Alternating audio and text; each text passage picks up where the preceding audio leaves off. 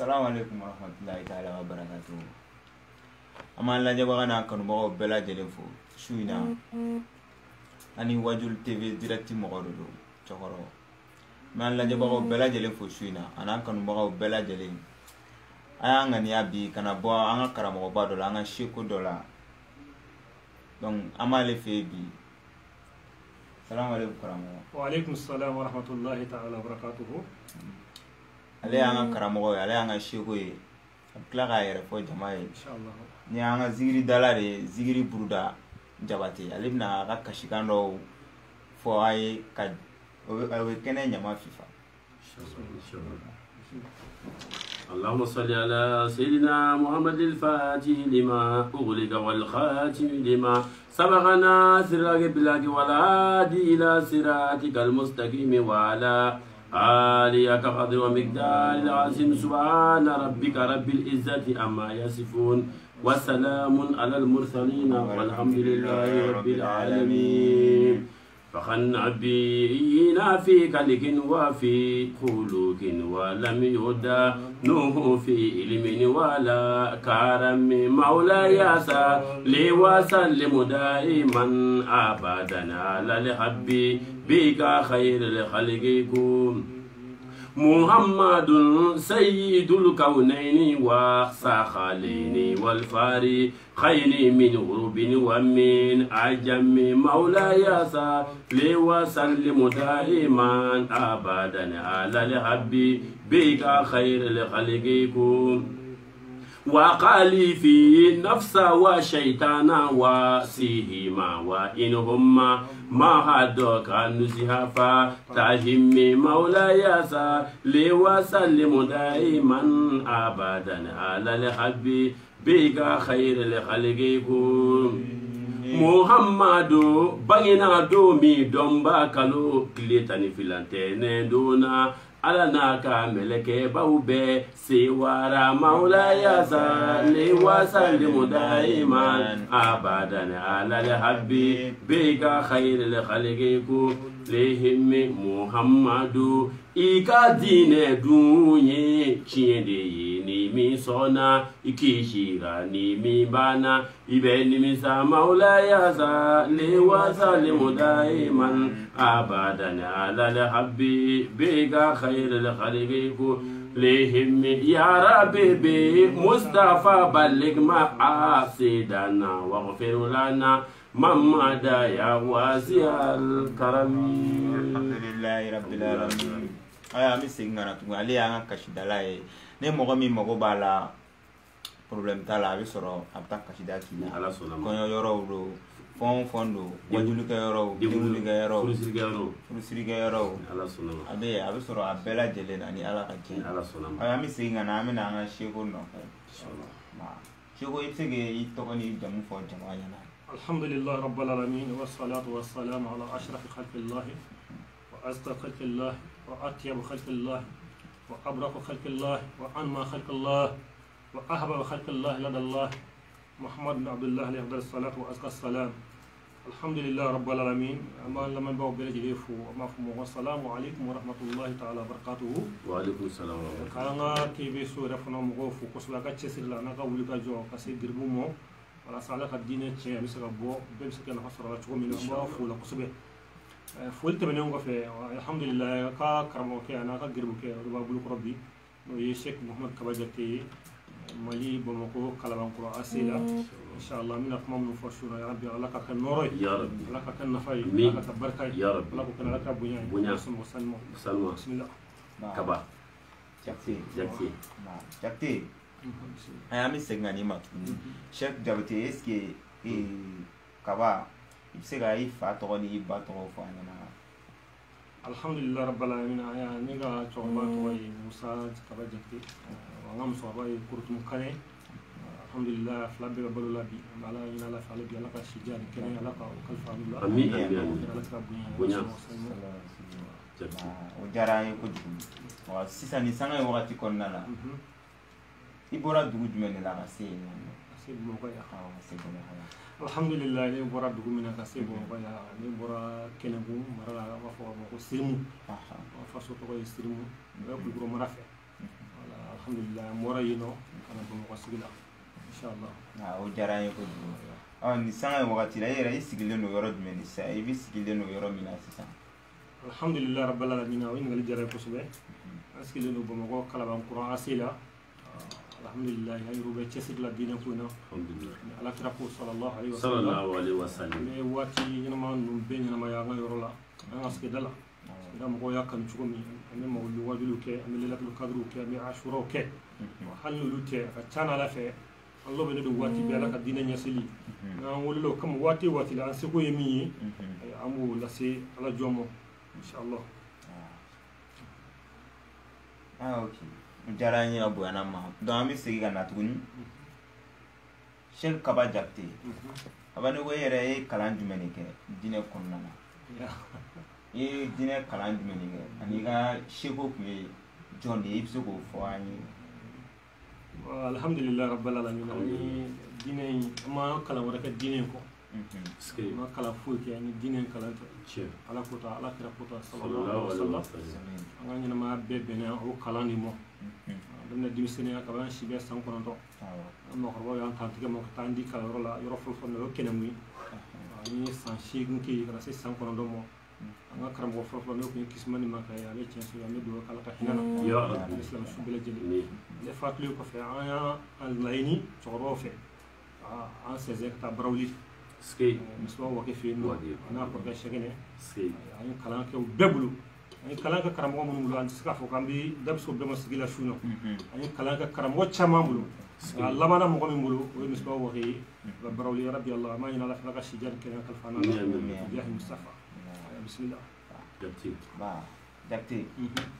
sisan i yɛrɛ i bɛ tagabolo jumɛn de kan diinɛ kɔnɔna na sisan bon alhamdulillah ayiwa diinɛ taabolo an bɛ da taabolo kelen de kan silamɛ bɛɛ taabolo ye taabolo kelen n'o ye kalimatu la ilaha illallah muhammadu rasulullah sallallahu alaihi wasallam o kɔsɔn an yugu fana jamakulu fitinin min b'an kɔ an b'a laɲini k'an bɛ tɔgɔ wɛrɛ daw la fo n'a kɛra la ilaha illallah mɔgɔw ye mɔgɔ minnu ko ko la ilaha illallah muhammadu rasulullah sallallahu alaihi wasallam n'i y'o fɔ i n'an bɛ ku an k'an yɛrɛ ka taabolo ye min ye o ye mazhab malikiya ye mazhab imam malik o mazhabu in o de ye jamana in mazhabu fɔlɔfɔlɔ ye tasira fɔlɔfɔlɔ min lakodɔnna jamana in kɔnɔ kosɛbɛ ni o mɔgɔ de ka ca o de ye mazhabu imam malik imam malik an y'o de ka tasira an y'o sɔnsi mazhabu naani ni ɲɔgɔn cɛ mazhabu ka ca tasira ka ca parce que n'i ye fɔɲɔgɔnya fɛn fɛn diinɛ ko la bi ani ɲɔgɔn sama sama fɛn fɛn diinɛ ko la bi ni mɔgɔ n'i mi tasira dɔn donc i bɛ fili o fili de bɛ maa caman kan lasiya ma an da bɛna don baara min kɔnɔ n'o ye sun ye kiti ye n'ala sɔnna ma n'an sera ma i bɛna faamu k'a fɔ différence bɛ taabolo ni ɲɔgɔn cɛ sunko la différence b'u ni ɲɔgɔn cɛ fɛn bɛɛ lajɛlen la donc anw ye tasira min kanu o choisi o de ye imam mazhab imam malik bon o alimami maliki min fana bɛ yen n'an y'u ka tasira choisi an b'a choisi an kunfɛ dɛ ayi an ma taa kunfɛ i bɛ se ka dɔɔni fɔ o ko la voilà alhamdulillah rabbil alamin an bɛna dɔ f'i yala o alimami maliki rasulu alayhi salatu wasalam a ko ale bɛ siga mɔgɔw bɛna ɲɔgɔmɛ taama kalo 2 kan u tɛna ka dɔnni ɲini ala ka diinɛ dɔnni ɲini u tɛna dɔnniba foyi sɔrɔ fo n'a kɛra illa alimal madina fo n'a kɛra madina dɔnniba ye o fɔra cɛ kelen min ma ka sɔrɔ a ma na o ye imam maliki di donc anw de b'u ka tasira kan o imam maliki a ka fasamandiyya dɔ fana bɛ n b'o f'i ye bi su nɔ maa caman bɛ se k'a faamuya ka fara i fana ta kan alimami maliki ka balo kɔnɔna na an bɛɛ bɛ ala kira ko min na alayhi salatu wasalam a y'a ka ɲɛnamaya bɛɛ kɛ madina dugukolo kɔnɔna na a ma deli ka samara don a sen na ma samara don a sen madina dugukolo sanfɛ ka sababu kɛ mun ye ko ala kira bi alayhi salatu wasalam bon anw de y'u ka tasira sɔnsi bon o tasira de ye maliyɛn fanba ta ye nka bi tasiraw cayara malikiya bɛ yen nɔ bi hanafiya bɛ yen nɔ shafiya bɛ yen nɔ hanbaliya bɛ yen bon mazhabu cayara nka anw bɛ mazhabu kelen min kan o ye mazhabu imam malik anas bin malik an b'o de ka tasira kan yarabi ala ka faama ko ɲuman d'a ma o mazhabu in fana ale de ka gɛlɛn mazhabu caman ye parce que mɔgɔ tɔ bɛ nɔgɔya kɛ fɛn caman na diinɛ kɔɲɛ na i bɛ taa sɔrɔ ale bɛ gɛlɛya k'a la i n'a fɔ an bɛna s'a ma cogo min na ni ala sɔnna ma assalamu alaikum warahmatullahi bisimila fana o diyara n ye Jakite ne ko i bɛ wagati min na sisan est ce que jamakulu b'i bolo ou bien tɔn b'i bolo silamɛya yɛrɛ yiriwali kama silamɛya dɛmɛli kama halisa wa bon alhamdulilahi tɔn t'an bolo nka jamakulu kɔni b'an kɔ tɔn b'an bolo tɔn t'an bolo k'a fɔ an ye tɔgɔ dɔ de da walma ka fendo de sigi fuga do kan ay antay ma kete fo alhamdulillah jama kon banko nango mo ka bo koni ase ko rabbi alhamdulillah jama be bo che ani musu ina kana ga wajulu ke ni wajulu ke ye ba ay alhamdulillah wo bebe ina fana sorala o konna na alhamdulillah ya kanu o jama kuli to wara fana tola kalimatullah ilaha illallah la ilaha illallah tangni islamai ni ko ashhadu an la ilaha illallah wa ashhadu anna muhammadar rasulullah dala kibe an wa tabulu konna na dala kiba konna na wassalamu alaikum wa rahmatullahi wa alaikum assalam inshallah jakti bismillah Buruda nam alhamdulillah don ibsira kashika don ne amta kasida da nyamnya kabala nyamnya amta kasida don dan karam wala jakti ala kanya adama banya si dongo da ala kira muhammadullah sallallahu alaihi wasallam ko kasida musuf la nyoda mamna ka to kamala kana ka to toro kono ay toro da ala kira muhammadullah toro mi so ala kira kula amnu dongi da ala kana hanu gana ako لا إله إلا الله الله الله لا إله إلا الله الله الله لا إله إلا الله الله الله لا إله إلا الله الله الله صار من وزن الغواني الله الله وتزيد الأغاني الله الله وربي بالخزان الله الله وصل مكتوم ديناني الله الله وملاهي ومغاني الله الله من كيراني أو مباني الله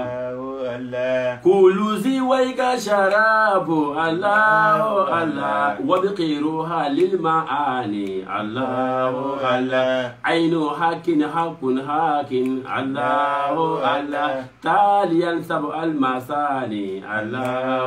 الله بصفات ذاتها كان الله الله ربة نسد لساني الله الله فهو مختار البرايا الله الله قبل تقدير الزمان الله الله لا إله إلا الله الله الله لا إله إلا الله الله الله سيدنا محمد رسول الله صلى الله عليه وسلم نياس نياس بسم الله ayo shek kawami senga na nga karamogo ma shek kawama inshallah amina se nyingali masisa nyingali ame o okum kona ere la sa sungalo e amina sunga kona ni awa dakte sungere na fa joni sungere ba di alhamdulillah rabbil alamin ni ko sum yi kumana ni ko sum kumana yi dafa ni fembadi wallahi asema kalo min fana be nala kenra kamo nango mo ko sungalo ko kalo barka may skate ni ko sum kalamba o fini no abukana ba fa ko asamu al imsak skate sum ko ray ko yera solamne ki yera solamne bo fendo mo fam sum bi siga ke ka soro jimmi baliyate duni ke baliyate Allahu akbar sumbi de kasra jimmi baliyate duni ke baliyate Allahu akbar salad me nabi amba sayyidat maryama isaba mana mina ko inni nazartu lirrahmani sawman pale dafalita ala fe kafarna shu mais shu mentu est-ce que jimmi baliyate shunduwa duni ke baliyate shunduwa ay shu men ko do ay dafalita ala fe kafabe ti sabake ati kuma mo ko fe Allahu akbar donc on s'en fout pour aider pour qu'il reste son lamne kabo fendo ni fe tundura faut qu'il funa mais sou min be non ni dinati ko no fe ni sharatu ko no fe afwa o de ka iye son lamne kabo jimi mo dumuni keli ka damne fajiri kene yengili ka tabla ko kile bolila est-ce o yi bigani ngani menyi c'est ni e baraka jimi ima dumuni ke mais ngani masira ala amanya est-ce man lenye mi sunkula amanya sumbe kede ninganye abike ninganye dni biniya taqarrubu ila ta'ala ka nganya siri duskuna mina bara min ke ni bara yede kanil yere masu kan yere masu ni alala wala sa nasiga gira alala se ni shun barat taga jetne shun ya alala dige di ali me ka dige wallahi jimin baliya ani duni ke baliya o me ka o de tawyu ani allah subhanahu wa ta'ala ala ka sanya ka bo jimin mo ka sanu duni kelimo donc shun ye o baray mais barami do kayere sona suriya allah subhanahu wa ta'ala la ako bato mun be na ala jombe sigi yere masura ala no luyi abato belebelew belebele ba do shun allahu akbar do shun tabte kama yoro la me ga bonga la ni kono doni ni nga sheku na nga kutubu ni takalaji mama bi fe be na fo ko ala jomba ko ala joredu ni bitlete folo ala jomba bet mi ban jimini mo bi ban dumini kelimo bi ba fe be mo ko nyashi allah subhanahu wa ta'ala kelimo wallahi alfam ulu be san ke ola wati be ko ola na fo na rasul alayhi salatu wassalam ala fo ka fo sunna so herema sun me we nabi la daud ka sunni o me klikli sun avec klikli bla avec klikli sun avec klikli bla o mun fara la krafa alayhi salatu wassalam rasul me ngodo ma yantiqu anil hawa in huwa allah wahyu yuha wallahi kira min de kuma a kun fe mun dinga kuma te ku ve kuma yi abe fe han fo de waso ala yi a fo yi ni fo allahu akbar skay bon anga kutubu na nga sheku ba fe fe bi chew chebe na fi mo ko ni dine cheba do a kolosi aka sun de kuma cha allahu akbar shun be ka shun kuma cha mi shun de ka shun wi ya di alamo ni shun c'est shun de be ka sabuye si shun re kono na bina do ko shun be jom masura ala la ni fe menni c'est harmadin nege bimbe harmadina nege ani kabba ala batomo abi keni femi fangami ala soso be keni fangami shun bo harmadina allahu akbar ni che famo c'est ni shuna dron nige min bila ani fene min bila shube ka sabe ko kari allahu akbar bo donc ni nige karla ibe mu yesisan allah subhanahu wa ta'ala ni che ibn ala kelim pudi nige te mo gomina e sadri jate mo gomina o ka dere men yo ala di di soro ala batul a ko so tam tri ko batola fe bato fe mun be no ni jom se ki ire masunya ala la ni oye kwa belbele bado yeshuni ni yo okuma kilen takalaje bina allah subhanahu wa ta'ala ka kuma kan soro kono na shuni ra kono na ako ya ayyuhal ladhina amanu kutiba alaykumus siyam kama kutiba alal ladhina min qablikum la'allakum tattaqun ka fo shun kera on ka wajibi ina fa wajibi ran mando do ka ko onye nga akeku yemuni غرض جمع سونا لايني جمع بالا سون لايني مية برو على إنسان اللي كاسك الصرف والله ni mɔgɔ suna ni sun ma se ka bali ala sɔsɔ la sun kɛkun ye min ye e m'o de dɔn a bɛ faamu wa sun kɛkun ye min ye n'i y'o dɔn ka ban ka fɔ a dɔn ka fɔ sun kɛkun de ye walasa ka se ka i yɛrɛ masurunya ala la n'i y'o dɔn ka ban a ka ca ala fɛ n'i suna surunya min bɛ yen nɔ n'o bɛ ɲini jɔn ni ala cɛ i b'o sɔrɔ ira hali ma kalanta ina ibe do don nga ibe do chodo ka fo shunde be saka sabe ka joma sur ala la ni ko do non ay shumba to be shun ite dumnike ite jimi mais ibe ke so ko ikili allah akbar ay famo ma ya rasulullahi alayhi salatu wassalam ka fo hadithul qudsi la ka allah subhanahu wa ta'ala ba ko kullu amal ibn adam lahu illa sam harba di ka bara be ni barake baram be yitay askay beita funa grashuni Allah akbar o jonta isan bara mi ga ala kelimbi bara ni ala kelimbi tay shuni ala kelimbi tay Allah akbar shuni ala de tay ni ko shun doron ko ala do ala ba baraji sibi ala ba baraji sibi melega to sibi fo to sibi ala de be shun baraji sibi e ibisiga mo ibisiga fo ka shuna bi do sokono ibisiga jimi mais bo to jon ko so Allah fi go be sokono iba fi do sokono dumi be ni no fen be ni no wa wali billahi hali fen woro be ne bisa solumo ne bisa ko lutone ba beto mun goso allah subhanahu wa ta'ala kelen piu shunyo odi ako shunde be ga sabuye ka jonga jurmu temenu ye jurmu koromun ke na fa rasulullah alayhi salatu wassalam ayo fa hadith la yom tumina ka foko fanga ka damne stelefana tabla lazara la farda durmi min namba ke 24 ko nana ko farda durin da ko ni menyi ni stelefana seli seli fana lazara cɛ i bɛ juru misɛnnin min kɛ n'i ye seli fana seliji ta k'a ta ko ɲa seli fana mana lazara mana seli lazara seli bɛ kɛ sababu ye seli fana lazara cɛ i ye juru misɛnnin min ka b'olu yafa a ye faamu bon fitiri fana ni lazara cɛ i ye juru misɛnnin minnu kɛ n'i ye fitiri fana seli fitiri bɛ kɛ sababu ye k'o juru misɛnnin ninnu yafa i b'a faamu bon o kɔfɛ fana sunkalo farida duuru kɔfɛ fɛn wɛrɛ jumɛn bɛ n'Ala nana ka n'o bila a kun n'i ma se ka nin fɛn kɛ ka ɲa la ala n'i ma se ka nin kɛ ka ɲa si alakira mandunya sallallahu alaihi wasallam ala y'an sɔn fɛnba de la dɛ ala y'an sɔn fɛnba de la fɛnba ye jumɛn ye alakira mandunya alayhi salatu wassalam si jɔn dɔw ye ala deli alakira mandunya na ka kasi ala nɔfɛ alakira mandunya na kiraw b'o la najuman b'o la maɲuman ka caman b'o la u ye ala deli alakira mandunya na mais ala ma sɔn k'a d'u ma ala y'a di anw de ma alakira mandunya min dira ma fasamandiya min filɛ ka fɔ nin ye nin kun tɛ kira tɔw tile la a dira alakira mandunya de ma sallallahu alaihi wasallam a dira alakira de kɔsɔn bon ko n'i ma se ka farida duuru ta nin n'o ma se ka mɔgɔ min bɔ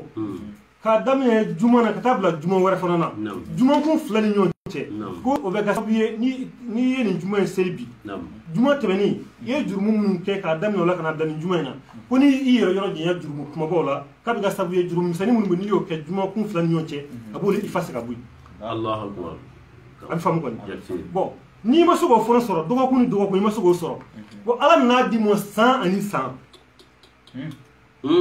san ni san ye jumɛn ye an bɛna ɲinɛ sunkalo su yarabi ala ka sun nɔgɔya ni ka bɛɛ lajɛlen n'i ye sunkalo sun k'a ban sunkalo sunnen k'a ban nka kira ye fɛn jumɛn fɔ a la imanan wa ihtisaban ka sun kɛ ni limaniya ye ni ala dɔn ye ka sun kɛ ni yɛrɛ sɔnna minɛ mais libanaya kɔni bɛ yen alhamdulilah parce que ni libanaya kɛ ti sun mais yɛrɛ sɔnna minɛ min bɛ yen nɔ ni kitabutigi ni hadisa b'o fɔ ni o laɲini ye min ye o de ma dɔn mankan bɛɛ b'o de nɔfɛ c'est hisabu kɔrɔ ye jumɛn ye e sunna mais sun ka don ni fɛn min ye e y'o kɛ fɛn haramuyanen ye est ce que i ye yɛrɛ minɛ kɛ wa i sunna sun kan ka tigɛ ni fɛn min ye i y'o kɛ haramu ye est ce que i ye yɛrɛ sɔnna minɛ min bɛ n'o fɔra sunkalo kɔnɔ i y'o kɛ wa o ma kɛ mais a tɛ sɔn o nafa ma yala parce que sun baraji ala ta ye o mais nafa laɲini min b'a la nafa dafalen min bɛ n'o ɲininen don ala sɔnna wa taala fɛ o ma sɔrɔ a la bon o de kosɔn kitabutigi k'i ma rasulu ko alayhi salatu wasalam ko k'a daminɛ sunkalo la ka taa bila sunkalo wɛrɛ la k'o bɛ kɛ sababu ye jurumisɛnnin minnu bɛ n'i y'olu kɛ san dɔ in kɔnɔ san tɛmɛnen kɔnɔna na k'a b'olu bɛɛ yafa ima alakira ko alayhi salatu wasalam a ka hadisa wɛrɛ la ko mɔgɔ ta tiɲɛna mɔgɔ halakira mɔgɔ bɔnɛna mɔgɔ mago sara mɔgɔ jumɛn mɔgɔ min sɔnna sunkalo ka don i kan ka bɔ ka sɔrɔ e jurumu ma yafa k'o tigi de ye mɔgɔ ta tiɲɛni ye o de ye mɔgɔ bɔnɛni ye o de ye mɔgɔ mago salen ye yarabi ala k'an kisi o ma ala k'an kisi o ma ala k'an kisi o ma ala ko ka da ala ka ba bonya alayhi salatu wasalam i n'a fɔ an y'a f'i ye cogo min alhamdulilahi rabbil alamin ale bi sun bonda la rasul ka hadisa dɔ bɛ yen nɔ ni hadisa lagaliba ye abi saïd al-khudri sahaba belebeleba don ala kira jɛɲɔgɔn kosɛbɛ don kosɛbɛ sallallahu alaihi wasallam ale b'a lakale k'a fɔ ala kira ko alayhi salatu wasalam ko mɔgɔ si tɛ don kelen sun ala kama sunkalo bɛɛ tɛ dɛ n'i ye tile kelen pe sun ala kama ko o tile kelen sunni bɛ kɛ sababu ye ka samiyaji 70 don i ni jahanɛmɛ cɛ tile kelen sun min ni sunkalo tɛ kelen la sema ni mɔgɔ min ta sɔrɔ la sunkalo kɔnɔna na don alhamdulilah o fasamandiya ba de ye bon alhamdulilah rabbil alamin ni sun fasamandiyaw ye ni ɲininkali wɛrɛ b'i bolo i bɛ na n'o ye ni ala sɔnna ma hali bi ala ka ɲɛ ka d'a ma ala k'an kɛ sunkalo in jɔbaa ye ala k'an kɛ sunkalo in jɔbaa ye hali bi an bɛ wasiya kɛ sunkalo in kɔnɔna na ka mɔgɔw su ka kɛ fɛn jumɛn ka sunkalo in kɔnɔna na parce que sunkalo ba in kana sunkalo ka ko bɛn ka sun ci sun ye belebele ye mais sun kɔfɛ ko wɛrɛ kɛ a bɛ n'a fɔ ni i taara ka t'i ka bureau la i bɛ bureau la i bɛ baara la yen mais baara wɛrɛ b'i bolo kɛrɛfɛ i bɛ ka mun fɛnw kɛ k'i ka ɲɛnamaya ɲɛɲini o tɛ ya bon sun ye belebele ye mais sun kɔfɛ baaramisɛnnin dɔw kɛ bɛ nin baaramisɛnnin dɔw kɛ baaramisɛnnin dɔw ye jumɛn ye ko istighfaru belebeleba dɔ istighfaru wallahi rasulu alayhi salatu wasalam a ko istighfaru de bɛ kɛ sababu ye jɔn i bɛ ka da min kɔngɔ ala fɛ san 70 n'ama la dayɛlɛ istighfar de bɛ kɛ sababu ye k'a dayɛlɛ astagfirullah astagfirullah tɛ dɛ astagfirullah astagfirullah astagfirullah ni sa siɲɛ 70 kɛ ni sira siɲɛ kɛmɛ wolonwula o kɛ ni sira ba wolonwula o kɛ ni sira sunkalo kɔnɔna na k'a ta su o su ba wolonwula na o kɛ hami min b'i la a kɛ dɔrɔn sunkalo kɔnɔna dɔrɔn ala ne bɛ ka nin kɛ ni hami de bɛ na sani san wɛrɛ cɛ a bɛ faamu wa o kɛ i bɛ ala pilasi y'a la o i bɛna ala pilasi y'a la yarabi ala ka faama ko ɲuman d'a ma ala ka alakira ba bonya ala sɔn ka sani ma aya bisimila ali sew ka ban bɛ sun nafa de la donc an bɛna sunkalo sunkalo tile 30 yɛrɛ sunkalo tile 30 sun ye i bɛ se ka dɔ fɔ an ye o ko fana alhamdulilayi rabbil alamin alhamdulilayi rabbil alamin hali bi an kun pana kuma dɔ kunna c'est sun nafa ko la hali bi nafa ka sun nafa ka ca bana dɔ bɛ k'i la sun de b'a fura bana dɔ bɛ k'i la sun de b'a fura furudimi dɔw ka ca san dɛ bon alhamdulilayi furudimi kɔni bana don mɔgɔ ka furudimi cogo tɛ kelen ye komi an da bɛna so ma n'ala sɔnna ma hali n'a ma kɛ bi waati wɛrɛ an bɛna da san furudimi qualité tɛ kelen ye dɔw ta bɛ se k'u bali sun na mais sun bɛ dɔw ta furakɛ Allahu akbar sun bɛ dɔw ka bana furakɛ sun bɛ ne yɛrɛ la o a bɛ ne yɛrɛ la ka ca san 20 bi ne bɛ sun mais alhamdulilayi ni sunkalo sera ne bɛ lafiya sunkalo bɛ don fo ka taa fɔ k'a banna kunkolodimi tɛ ne minɛ sunkalo bɛ don fo ka taa fɔ k'a banna i bɛ lafiya de sun bɛ mɔgɔ kɛnɛya de o sun ye kɛnɛya de mɔgɔ kira tɛ kuma a kun fɛ ala ko ala kira de hakili sallallahu alaihi wasallam wa ma yantiqu anil hawa in huwa illa wahyun yuha a tɛ foyi fɔ a kun fɛ bon kira t'an bila foyi la ko an ka tɔɔrɔ b'o la Muhammadu Rasulullah sun de bɛ mɔgɔ kɛnɛya ne ye seli waati minnu f'u ye tan ko seliji bɛ mɔgɔ kɛnɛya i b'o dɔn kɔni seliji bɛ mɔgɔ kɛnɛya seliji bɛ mɔgɔ furakɛ seli bɛ mɔgɔ kɛnɛya seli bɛ maa furakɛ sun bɛ mɔgɔ kɛnɛya sun bɛ maa furakɛ a bɛ faamu wa sun bɛ fɛn caman de ɲɛ hadamaden ye hadamadenya yɛrɛ kɔnɔna na mais sun yɛrɛ dabɔra kun min kama o ye ala ye siranya ye kun wɛrɛ min b'a la ka fara o fana kan san bɛɛ lajɛlen dɔw bɛ u tɛ kɔngɔ yɛrɛ u ɲɛ na san bɛɛ lajɛlen dɔw bɛ u tɛ minɔgɔ u ɲɛ na san bɛɛ lajɛlen dɔw bɛ u tɛ tile gɛlɛya u ɲɛ na mais sunkalo de bɛ kɛ sababu ye ka musawatu kɛ ka musawatu ye jumɛn ye an bɛɛ ka se ka ɲɔgɔn ka lahalaya dɔn an bɛɛ ka ɲɔgɔn ka lahalaya dɔn waritigi min bɛ yen nɔ ni kɔngɔ t'a minɛ san bɛɛ n'a sunna a bɛna degun dɔ sɔrɔ a bɛna n'a miirila a bɛna ala ye ala ye jumɛn ye ala ka jɔn minnu bɛ yen nɔ ni ala ye ma nɔgɔya k'olu ye don o don ka se ka dumuni kɛ a bɛ faamu wa o kuma in fana kɔrɔ b'o la han ala de y'olu ye koyi o hadi ala kira ka hadisa sallallahu alaihi wasallam ala y'o fɔ kira ala kira y'o fɔ sallallahu alaihi wasallam waritigiw ye hadisul kursi la alimalu mali wal aghniyaw muwali wal fuqara iyali fa in bakhila muwali ala iyali azabtum bi wabali wala ubali aski jati wari bɛ mun bolo ko wari tɛ e ta ye ko wari ye ale ala de ta ye wallahi a bɛ faamu wa wal fuqara wal aghniyaw muwali waritigiw bana wali setigiw ala y'olu de kɛ a ka wari ɲɛmɔgɔw ye a bɛ n'a fɔ olu de ye ala ka gouverneur ni fɛngɛw de bi nafolo ko kunna a bɛ faamu wa bon ko wari min bɛ n'ala y'o di olu ma sa k'u bila a ka ci min na n'u banna ka wari in di ale ka somɔgɔw ma ala de ko a ka somɔgɔw a ka somɔgɔw jɔn ye fantanw a bɛ faamu ko n'u banna ka wari di olu ma ko ale ala b'u ɲangata ni a ka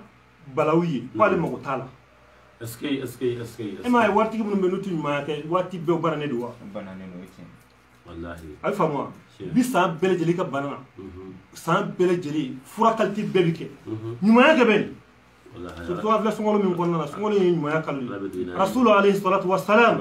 jibirila i b'a sɔrɔ lakale hadisa la ka fɔ jibirila tun bɛna alakira ma sunkalo waati bɛɛ lajɛlen la mais sunkalo nana kuma ca ni waati bɛɛ lajɛlen o alakira ko in kelen u bɛ alakira mankutu k'a fɔ alakira tun bɛ funesiraya kɛ san bɛɛ lajɛlen la ko mais sunkalo kɔnɔna na a tun bɛ funesiraya kɛ i b'a fɔ ko fiɲɛ yarɔ fiɲɛ kɔni ma ci kɔni kafiri ni silamɛ n bɛ ala fɛ n tɛ ala fɛ golojigɛni ni fɛn bɛɛ bɛ dɔ sɔrɔ hinɛ na bɛɛ bɛ dɔ sɔrɔ nɛɛma na bon kira fana ka funesiraya tun bɛ ten ni sunkalo kun sera funesiraya kɛ dafɛn bɛɛ lajɛlen la donc an minnu an ye alakira manto ye alayhi salatu wa salam an b'an disi gosi an de ye sunamɔgɔ ye an de ye alakira somɔgɔ an de ye alakira karisa de bon e ye alakira somɔgɔ ye walima e ye sunamɔgɔ ye walima e ye nin ye sunkalo ba filɛ ka jɔn ye a filɛ ka a bɛna taa e ma foyi kɛ Allahu akbar ma foyi kɛ ma foyi kɛ jɔn ye dɔw bɛ yen bi sunkalo in kɔnɔna na ji yɛrɛ sɔrɔtɔla ka min ka ji ɲuman sɔrɔtɔla ka min o baara ye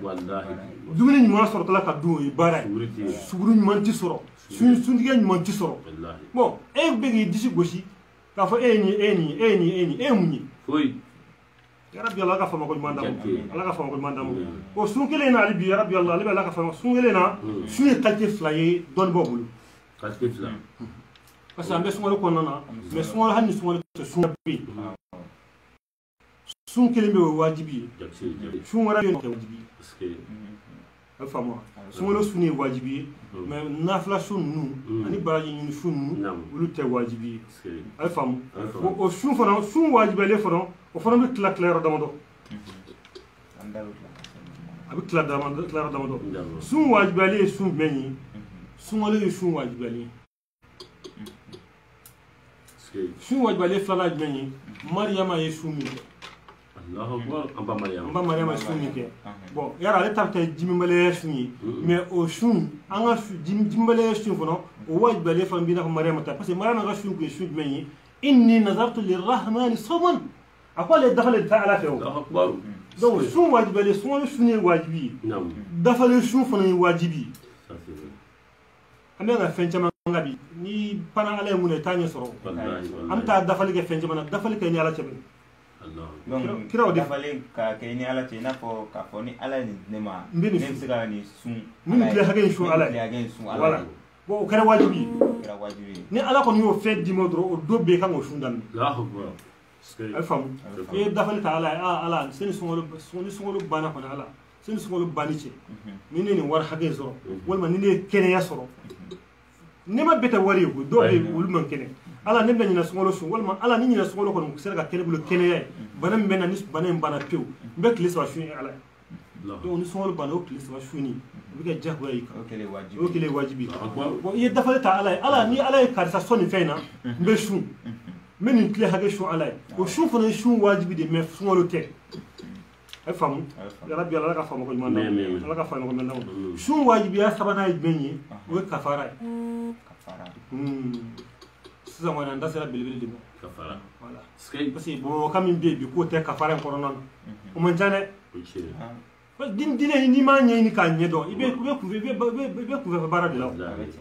bɛ kunfɛ baara de la bon kɔfɛ to i ka diinɛ yɛrɛ n'i ka taabolo a ɲɛɲini k'a ɲɛdɔn a ye faamu kafara ye jumɛn ye sunkalo kɔnɔna na mɔgɔ min bɛ yen nɔ ni a y'a tugu ka ji min sunkalo tile kelen a y'a tugu ka ji min sunkalo tile kelen o kan ka sara kalo fila ka tugu ɲɔgɔn na n'i y'a dabɔ a kama ka sun tigɛ dɔrɔn ka sun to yen dɔrɔn o tile sara ye kalo fila de ye tile kelen sara ye kalo fila ye o faamuna a ma faamu hali bi dɛ mɔgɔ dɔw bɛ yen nɔ mɔgɔ caman b'o kɔnɔna to t'a yɛrɛ y'a kɔnɔna na dɔw bɛ wuli sisan o b'a sɔrɔ sugurudun waati sera ka ban sugurudun waati tɛmɛna ko makunu ka bɛn sugurudun hɛrɛ ma dɔw bɛ se ka sun bila u bɛ se ka sun bila ten ko makunu ka bɛn sugurudun hɛrɛ ma bon sariyatigiw dun fɛ o tɛ yen suguru ye sunna de ye o suguru ye sunna de ye bon sun ye wajibi ye bon ni e ye sunkalo tile kelen to yen nɔ k'a sabu kɛ k'e ma se ka bɛn ni sugurudun waati ye walima ma suguru dun o dɔrɔla dɔrɔn kɔsɔn i bana ka sun ten ni sunkalo sara i kan k'o tile kelen sara kalo fila di n'i ma sara diɲɛ kɔnɔ kaburu kɔnɔ i b'a sara ala ti kulon tɛ diinɛ na koyi diinɛ tɛ kulon ye kulon tɛ yen kulon tɛ yen kulon de tɛ yen nɔ o tile kelen kan ka sara kalo fila di a bɛ fɔ o ma ko kafara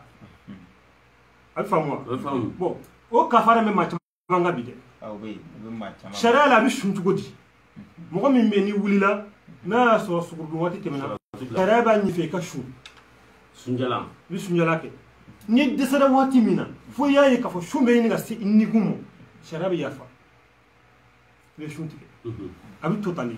nka ka wuli dɔrɔn ko dugu jɛra ko ma sugurudun ka se ka sunkalo sun kɔni to yen nɔ kalo fila juru b'i kan voyage fɛnɛ don bon safaru bɛ yen n'ala sɔnna ma an da bila so ma ala ma ka nin sigi in ye sun bɛ bi mɔgɔ minnu kan o mɔgɔw bɛ yen nɔ voyage baatɔ b'a la i n'a fɔ ala sɔnna wa taala fɔ kɔrɔna kɔnɔ yɔrɔ min na k'a fɔ sun wajibiyalen don bɛɛ kan fo n'a kɛra mɔgɔ damadɔ ye o mɔgɔ damadɔ ninnu banabaatɔ b'a la muso b'a la taamaden b'a la lujuratɔ b'a la mɔgɔ damadɔ a mɔgɔw bɛ yen nɔ n'ala sɔnna ma an bɛna s'o ma inshallah an bɛna s'o ma inshallah yarabi ala ka faamu ko ɲuman d'an ma ala k'o kɛ ala kira bonya ni ala sɔnna n yɛrɛ wɛrɛ min bɛ ne b'o di inshallah rabbi hakilila faamuya sɔrɔ ala ninnu na kɔni inshallah afara fana ko sungalo kɔnɔna na sungalo kilalen don kilayɔrɔ saba alakira Muhamadu sallallahu alaihi wasallam ko sungalo kilayɔrɔ saba alhamdulillah rabbil alamin wa rasul ka kumakan ni sallallahu alaihi wasallam ka fɔ sungalo ye kilayɔrɔ saba ye awaluhu rahma skei sungalo fɔlɔ fɔlɔ a daminɛ tile 10 fɔlɔ bɛ ala ka hinɛ Allahu akbar ala ka hinɛ b'o kɔnɔ nin kuma in n'i y'a ta k'a sɔgɔbɛ k'a sen kosɛbɛ i bɛ guyira sɔrɔ a la ni ala kira ko sɔrɔ ko fɛn min bɛ yen nɔ ko hinɛ bɛ waati min kɔnɔna na i bɛ hinɛ ɲini ala fɛ waati kɔnɔ an bɛ hinɛ kɛ fɛn caman ye hinɛ to yen ala ka hinɛ kelen ala ka hinɛ kelen pewu n'o jiginna kafiri kan bolisɔnna kan gulɔmina kan ni ala ka hinɛ kelen jiginna kan su fɛ o su kelen bɛɛ a bɛ bɔ bolisɔn kɔnɔ a bɛna kɛ silamɛ a bɛna kɛ silamɛ a bɛ bɔ silamɛya kɔnɔ a bɛ kɛ mumini a bɛ bɔ mumini a bɛ taa fɔ waliya kɔnɔna na bon o ye ala ka hinɛ kelen pewu de o ala ka hinɛ kelen pewu ala kira ko alayhi salatu wassalam k'a fɔ sunkalo daminɛ o ye hinɛ ye kuma in kɔrɔ ka bon yali hinɛ jumɛn ko don hinɛ jumɛn ko don yali ala de bɛna hinɛ anw na wa yala anw ni yɛrɛ de bɛna hinɛ ɲɔgɔn na wa parce que ala ka hinɛ b'a kɔnɔna ala ka hinɛ min b'a kɔnɔna na ala b'an ka jurumu yafa kɔnɔ u bɛ fɛn caman y'an kanya kɔnɔ mais hinɛ min ɲini don a kɔnɔ o ye an yɛrɛ de ka hinɛ ɲɔgɔn na Allahu akbar an hinɛ ɲɔgɔn na an yɛrɛ de ka hinɛ ɲɔgɔn na an yɛrɛ de ka hinɛ ɲɔgɔn na sunkalo daminɛ ye hinɛ de ye makari don a ko a camancɛ o ye jurumu yafa ye ni e biyaki ni e ye sukaro kulo 10 ta ka taa di ne ma walima sukaro bɔrɛ 1 ta ka taa di ne ma i ma hinɛ ne na wa e hinɛ ne na bon sunkalo su tan laban mafaratu de bɛna yafa de bɛna o kɔ la sunkalo su tan fɔlɔ la e ye ɲumanya kɛ maa min ye su tan filanan na ala ka yafa tɛ na wa a bɛ na o a bɛ na bon a ko a laban ye jumɛn ye i tɔgɔ mina na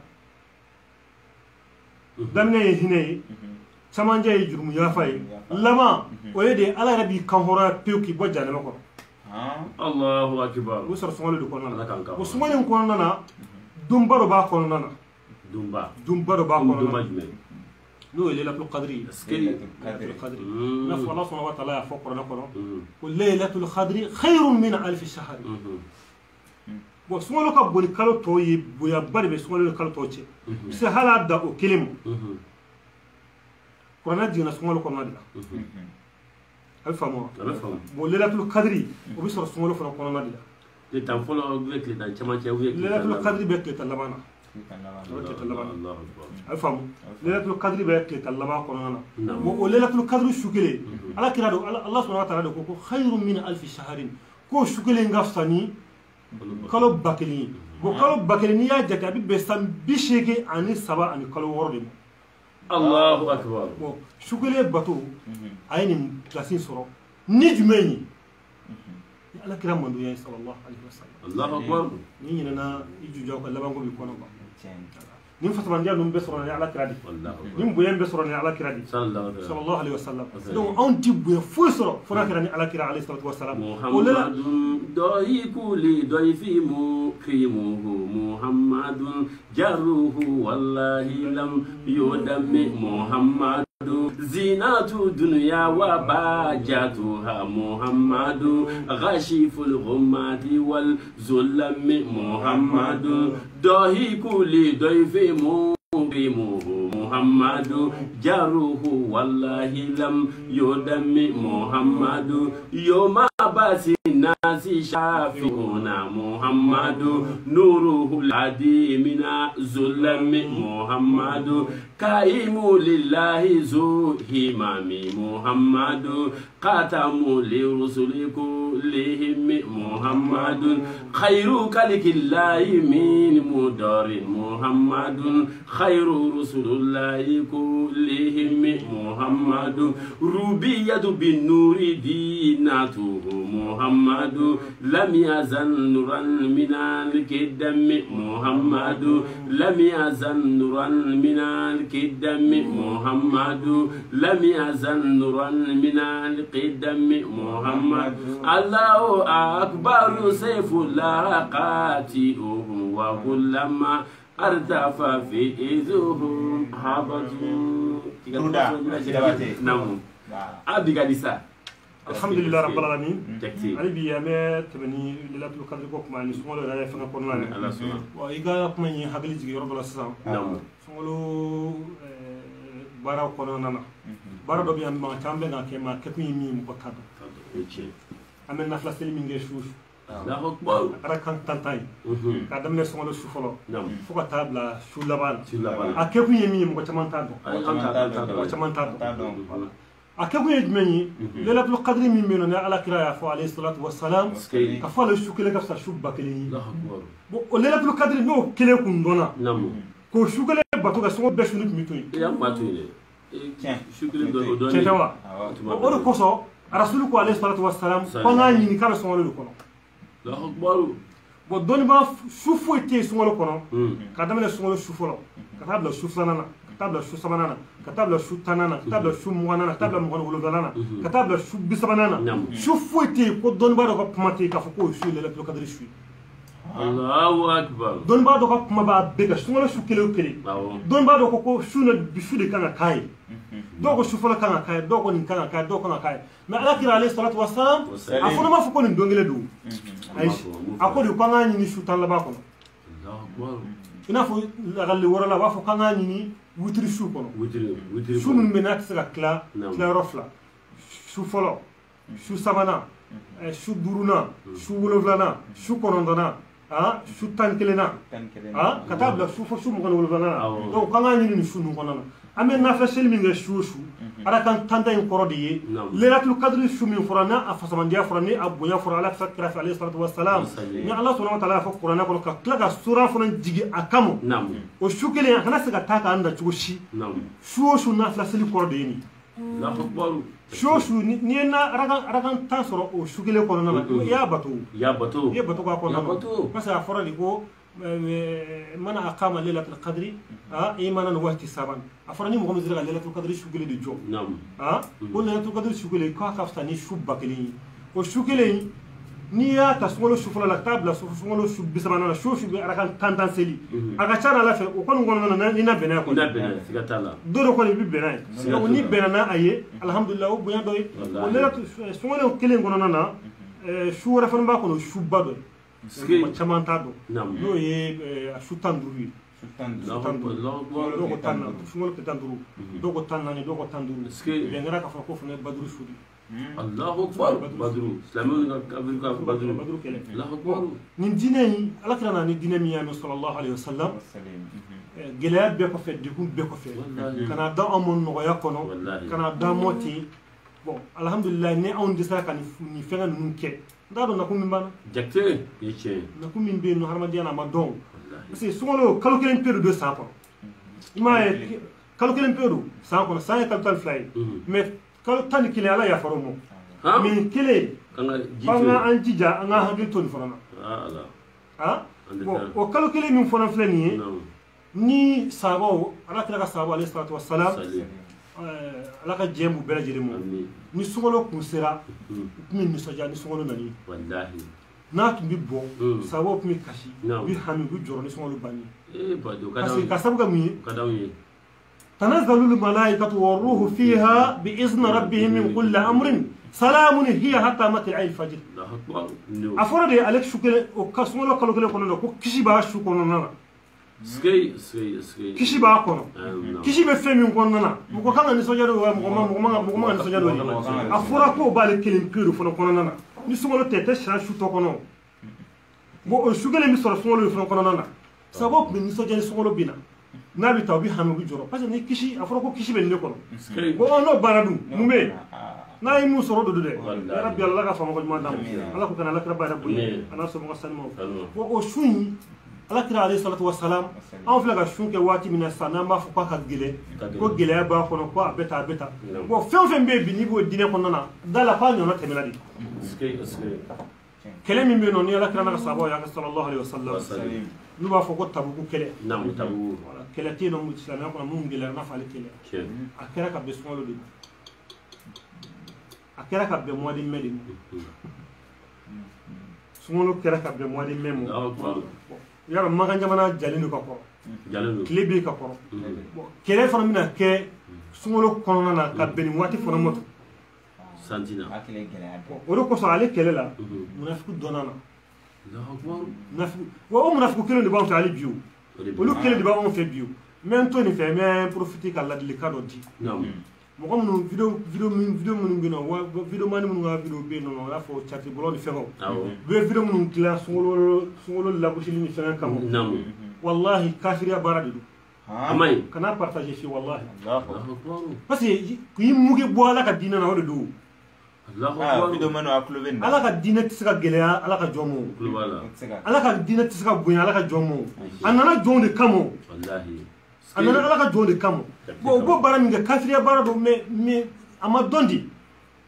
ni ma fe min don imo don walhamdulillah rabbil alamin sana nga wala kunje anda do songolo re kanga do chugo mununa parce que songolo do ni chugo la ya fi nga mbazabe mazam malkiya ya mazam malkiya la ni songolo shufula sera ni ngani ya siri ni songolo beshuni yo abani Allah nana siri warati ma nana siri warati mo bi alfam wala ka wala malika mazabu songolo shufolo iba ngani ya siri mi la songolo beshu o ye kle mo ngon kono wala ma kle bisaba yo be tata ko wika mais tasra do bi no bon o koso babana ngo ko sira fla tama ba to walidu walidu alfamu parce que ni tasra kelinga tasra ni mana wul drobo ka bo tasra do la shu de fika ngani ya siri ka fabi shoshi Allahu na alma malika mazabu la ni ngani ya siri songolo shufolo ka famina songolo beshu bo o wasake abi wasake alfamu do ni yo ngani ya siri o ye songolo shubeleje le ngani ya siri le bo mazabu do be ni mo ngani ya siri shuoshu ni shuna duguma je ye jimi ye mi no ko mu fudi bo ma shumanya alfamu bo alma malika mazabu yara ay no ya ke yawo mais abi gele ke yoro mena o yoro be tasira do fo no iba fi ba na fi ba me chuko mina parce que anga karamo ga komodo fo kamu ne do dino nyonje tabulu nyonje ka wala ka fo ni mo mi so jimi so ko na ko fotika ko du stratika ko ala di dubini di mo kala de jigi mo kala ka hadisa do ba foti ha yar yo fam ala ka hadisa do chendu mais on nga tasira de la alma malik ga tasira de o de tin ni na ka jimi so ko wal ma ni na ka jimi dubini ke so ko na alma malik ga mazabula ite jimi bende il va continuer ni sugolo sara o tile ka sara il m'a d'abord kama parce que ma daba kama alfamu ma lawla kama mais mazabu tola ni ma jimi ye jimi ni na ka jimi du stratika bio mazabu beno mais alma malga mazabu la o teni no ni na ka jimi ni sugolo sara o tile ba sara mais va continuer ka fo ko ni na ka jimi ko sugolo mana samina sara ba sara na to ka jimi nya kelen ni o fon dala ni fon ko na ka jimi tetu ka fa bi bo sara la bi ka kafara Allah wa kele kalofla Allah ka kisho rabbi Allah ka fama ko madamu Allah ka fama ko madamu woni ye mazabu nyonche kuma misani do bala sungo ko nana wala ye sigi wara jirana nala sona ma mina Allah ba kuma fono kamo olu di chugo la kasaka famu ko sobe ya rabbi Allah ma ila Allah subhanahu wa ta'ala Allah ka sungo ba Allah ka timo ko majina ame fayda min du sungo len ko nana seni kuma ka noya o ye istighfaru ala momo be ni ko ka chebulo bi e hamne do jorle do iji sungo ben ko nana shu la ilaha illa anta subhanaka inni kuntu minaz zalimin ake ba wolofla ani keme wolofla ani bi wolofla ani wolofla alfamu ni ya ke ola aka chana alafe iti duwa kun soro ninga ni alama boda dimo wallahi ala kana ka magani do sallallahu alaihi wasallam iti duwa kun ke ninga alama boda dimo bo ni la ilaha illa anta subhanaka inni kuntu minaz zalimin ala kira do ya fo nabila yunus akuma mina na ko na goda na be degun ko nana ay ni kuma fo ala ya bo ala ko qur'an ko kalina kan do ko ni atmani fo ko ala kun ta bo fi Allah o kira ala kira pinni femi ni kira bora pinni so ko no we ala kira ba alayhi salatu wassalam ala ka ajira na fono di ko ala dia fa dili futi mi nga bonini la fa no ko sidil istighfar استغفار بلد اللي نمغو ميوديني لا اله الا انت سبحانك اني كنت من الظالمين بو اما باولو فلالك ما ولو فلا ولو بيولو فلا ولو فلا دو دوبني جو شيني بينا دو مانغام تو كو هو كو اي كو جاتي فورا كو جاتي فورا كو باولو فلالك ما ولو فلا بيولو فلا كو جاتي بومني تو فوا كو مورو بي جاتي فودا كا واكتا كو جاتي بفو بو جاتي دمنا على دي لاو ايه abla bunu be bunu salul namu wallahi jeni raisul munafiqin namu manam minani ala kira alayhi salatu wassalam namu nala kira na kana ala ya fadili ka fala ka hinana ay kira toro nala ko ati famu fiu ala muntu ko ala rede jati fo ala jati do fo ko de kadali la akbar sawa'un astaghfarta allahumma sawina marratan wa hal nitwini ala ya fadili she biwolofla nekun di ya famu donc ala ya jira ko biwolofla de ka bo ala bulu allahu akbar ala ya jati ko be ko biwolofla de ka bo ala bulu ka jati to ka na ma munama keme fo munama bilan fo munama biduru fo donc ala rede jati fo o ko fa ala kira alayhi salatu wassalam awajira na fo farda duru ko fe ka fa subhanallahi fo shen bisban saba jodi ya fo kira ala kira de ma fo donc jati jabu ya di allahu akbar jati jabu ya jiri donc ni famna ma siro mina mama tia ami femi ni ndro kalandi wallahi ni kalan ke ndro wasabi ke amma kalande amma kala mais anganji anga kalan ke na kalan ke ka chana ala fe layli mi abi sabati ya rabbi ala ka fama bi madamo ala ko kana ala ka babu yayi ana so mo sanimo yani question rabbi na go fo ala sonam fayda fla ye kelen de fo ay istighfar de fo wa fayda fla na mi e salatu ala nabi naam salatu nabi ya sayyidi ya rasulullah ski man zal ladhi alhamdulillah ni duna ni ala ni dawud ni ala ka dati ala so ha aish Allahu akbar dawlati ni kira dawlati ni ala ka dati ala yo fogo tamaki abo bela ala yo kurana ayara je kuna ambi ala jenyi ni ndro ngatu wala kira ko donc ni ala kira ka date ala de ala ka dai ni nana ni ala ni dawud ni ala kira ka date ite ala so ko so do taru ba tawhidula ko ka ala ka kelibandia ala kala ye keliyanga ala kelibandia che mais ala ye mun fara yira ka tsaka bo ala bi jay rasulina tawassalu ni bi ami selijo min bendo o ye ala bato baray ala kira to taala wa abala ibe sigi seli ko nana ka tahiyya min ala kira to taala wa abala allahu akbar bo o ye ko gwaza yi wa o kele ko maka ku vete o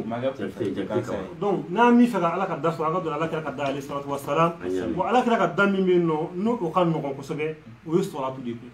ko salatu cha ala kira ka sallallahu alaihi wasallam ni solo ben wonana ijija ni masaka istighfarun ke allahumma salli ala sayidina muhammad الفاتح لما أغلق والخاتم لما سبق ناصر الحق بالحق ولا هادي إلى صراطك المستقيم وعلى آله حق قدره ومقداره العظيم وقتشا اللهم صل على سيدنا محمد جي كنتنا دولي اللهم صل على سيدنا الفاتح لما أغلق والخاتم لما سبق ناصر الحق بالحق ولا هادي إلى صراطك المستقيم وعلى آله حق قدره ومقداره العظيم صلاة ربنا اللهم صل صلاة كاملة وسلم سلاما تاما على سيدنا محمد الذي تنحل به العقد وتنفرج به الكرب وتقضى به الحوائج وتنال به الرغائب وحسن الخواتيم الله أكبر أفهم donc ni moko be mine bi dono bi moko mi moko be dalé la ala fe ibi fe ka dum igal la yini re kono na ala ki gal la yini dimo je ko no di bro je de ko di bro ma doro be de ro fo so je ko la ninta iba ta chodi اللهم صل على سيدنا محمد الفاتح لما أغلق على كرا دي دايله دمي منو نو تولو تبو نعم daj meme na tugule kudo kafiriya da islamiyya da kun tugule do akra na yele afam mo mi mo be dalil la binta اللهم صل على سيدنا محمد الفاتح لما أغلق اللهم صل على سيدنا محمد الفاتح لما أغلق اللهم صل على سيدنا محمد الفاتح لما أغلق إبا تتبكي أن كما أن تنكلي الفم وقرآن سورة من نمسلناي بيبودو نبغى فو الفاتحة يبغى فو الحمد لله رب العالمين الحمد لله رب العالمين باكلي أنك من تنكلي من كشوف فقط سمولو با ni songolo ni shulo bla soraka ni jammin sorla la ina wole ko nyafa nyana ya rabbi Allah la ka fama ko juma dam min tebeni kan ko biye kle nani min tebeni kan du mun tebeni ka su wala ba bi glan Allahu akbar ko su wala bete koy su wala bi glani Allahu akbar su wala bi glani jakti ka ba ko yi wala de koy Allahu akbar wala ko to gwazan de dan sante ali ba la ka fama ko juma dam la ko ka la ka babu Amin. na so mo salimo aya bismillah jakti jakti yanji di Antaraye. an ku ke caman dɔn Inshallah. yanbo kalama Inshallah. vraiment ni silamɛw Inshallah, di inshallah. yanbo ko kalama bismillah jabati jakti Aya. ma yɛrɛ i ka kuma laban ye min ye sisan ko Aya. fɔ an filɛbaga n'a kanubagaw bɛɛ lajɛlen b'o f'i ɲɛna inshallah rabbi aya an bɛ ladilikan min fɔ an ka karamɔgɔ n'an ka seku n'o ye Sheikh Abubakar Salam Samake a ye baaraba min daminɛ nin waati in na a karamɔgɔw wele ko ala ka diinɛ lase ala jɔn ma parce que ala jɔn man ca man ca dɛ baara in an b'a ɲini a fɛ hali bi a ka baara in continue a kana jɔ kana jɔ dɛ parce que ɲɛnamaya fɛn bɛɛ tigɛ k'i ka fɛn sɔrɔ a la an b'a dɔn a ti an bɛ nin kɛ a ti foyi sɔrɔ a la an bolo dɔrɔmɛ kelen tɛ gɛrɛbugu ko b'o d'a ma a b'a k'a ɲɛ ala ni ala kira de kama an b'a ɲini a fɛ hali bi a ka baara in continue wa même ni mun fana ɲini an kanubaw fɛ maa maa bɛ n'i y'an kanuba ye n'i ye vidéo ye k'a ta i ka partager a ka ca ala fɛ n'i y'a partager i kanuba wɛrɛ fana bɛ yen u bɛna fɛn dɔ faamu diinɛ na a ma deli ka mun mɛn na yara bi ala ka faamu ko ɲuman d'a ma an b'aw fana fo aw ka cɛsiri la ni Buruda Jabate an b'a bɛɛ lajɛlen fo ani lamɛnniba bɛɛ lajɛlen an bɛ bɛɛ lajɛlen fo an b'a ɲini ala sɔnna wa taala fɛ se bɛ ala min ta ye bonya bɛ ala min ta ye karama bɛ ala min ta ye ko bɛɛ bɛ laban ala min bolo sunkalo ban ala kana sunkalo in bɔ f'a ka sɔrɔ an ka jurumu yafa ala k'an ka jurumu yafa an ka hamiw ala k'o dilan kɔnɔ an ka hamiw ala k'o dilan kɔnɔ mɛ fɛn min ye ala fɛ diɲɛ hɛrɛ la ala k'o dilan kɔnɔ an bɛ sira fɛn min ye diɲɛ tɔɔrɔ la yarabi ala k'an kisi o ma kɔnɔna na ala kana an jugu ntanya kɔnɔ ala kana an jugu se ana kɔnɔ ala kana an jugu sana ala kana an jugu sana yarabi ala k'an lebu dugu an ɲiman jugu la ala k'an lebu dugu an ɲiman jugu la ala k'o kɛra ala ka baara bonya ye ala somɔgɔ salimaw bamatɔ ala ka hinɛw la ala ka yafa kuma y'an wa min ala k'o nɔgɔya an ta jaabi ala k'o nɔgɔya ala k'an ɲɛ siran da don cɛ ala k'o kana ala ka baara bonya ye ala somɔgɔ salimaw an bɛ se alifatiha ta مثل الفاتحة أي بسم الله الرحمن الرحيم الحمد لله رب العالمين الرحمن الرحيم مالك يوم الدين إياك نعبد وإياك نستعين اهدنا الصراط المستقيم صراط الذين أنعمت عليهم غير المغضوب عليهم ولا الضالين اللهم اجعل اجتماعنا هذا اجتماعا مرحوما واجعل تفرقنا بعد تفرقنا معصوما ولا تجعل فينا ولا منا شقيا ولا محروما اللهم يا من أظهر الجميل وستر القبيح ولم يأخذ بالجريرة ولم يهتك السترة يا عظيم وعفو ويا حسن تجاوز يا واسع المغفرة يا باسل يدين بالرحمة يا سامع كل نجوى يا منتهى كل شكوى يا قريم الصفو يا عظيم المن يا مقيل العثرات يا مبتدعا بالنعم قبل استحقاقها يا ربنا يا سيدنا يا مولانا يا غاية رغبتنا نسألك ألا تشوه خلقتنا ببلاء الدنيا ولا بعذاب النار سير الفاتحة بسم الله الرحمن الرحيم الحمد لله رب العالمين الرحمن الرحيم مالك يوم الدين إياك نعبد وإياك نستعين اهدنا الصراط المستقيم صراط الذين أنعمت عليهم غير المغضوب عليهم ولا الضالين اللهم صل على سيدنا محمد الفاتح لما أغلق والخاتم ما سبق ناصر الحق بالحق ولا هادي إلى صراطك المستقيم وعلى آله حق قدر مقداره العظيم سبحان ربك رب العزة عما يصفون والسلام على الحمد لله رب العالمين ayiwa an filɛbaga n'a kanubagaw ani an ka seko de tun bɛ ɲɔgɔn fɛ Sheikh Kaba Jakite an bɛ bɛɛ lajɛlen fo ka bɛɛ lajɛlen waleɲuman dɔn ayiwa bita an bɛ bita bila yan an bɛ bita bila yan n'Ala sɔnna ma inshallah alhamdulillah ala ka ɲa ka d'an ma y'a fɔ cogo min an bɛ bita bila yan alhamdulillah ni min kɔni mago bɛ anw yɛrɛ fana na an fana ye kasidadalaw de ye an ye burudadalaw de ye an ye zikiridalaw de ye ni min mago b'an na kɔɲɔ la den wolo fara furusiri kan an bɛ bɛɛ ka bila an bɛ bɛɛ ka bolo kan an b'an karamɔgɔ Salam Samake ale min kɛra nin sababu ye Salam Samake an b'a fo k'a barika da ala ka a bolo mɛn a la si diya ni kɛnɛ labugu ɲuman ala k'a d'an ma ala ka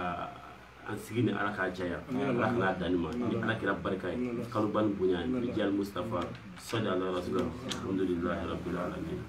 merci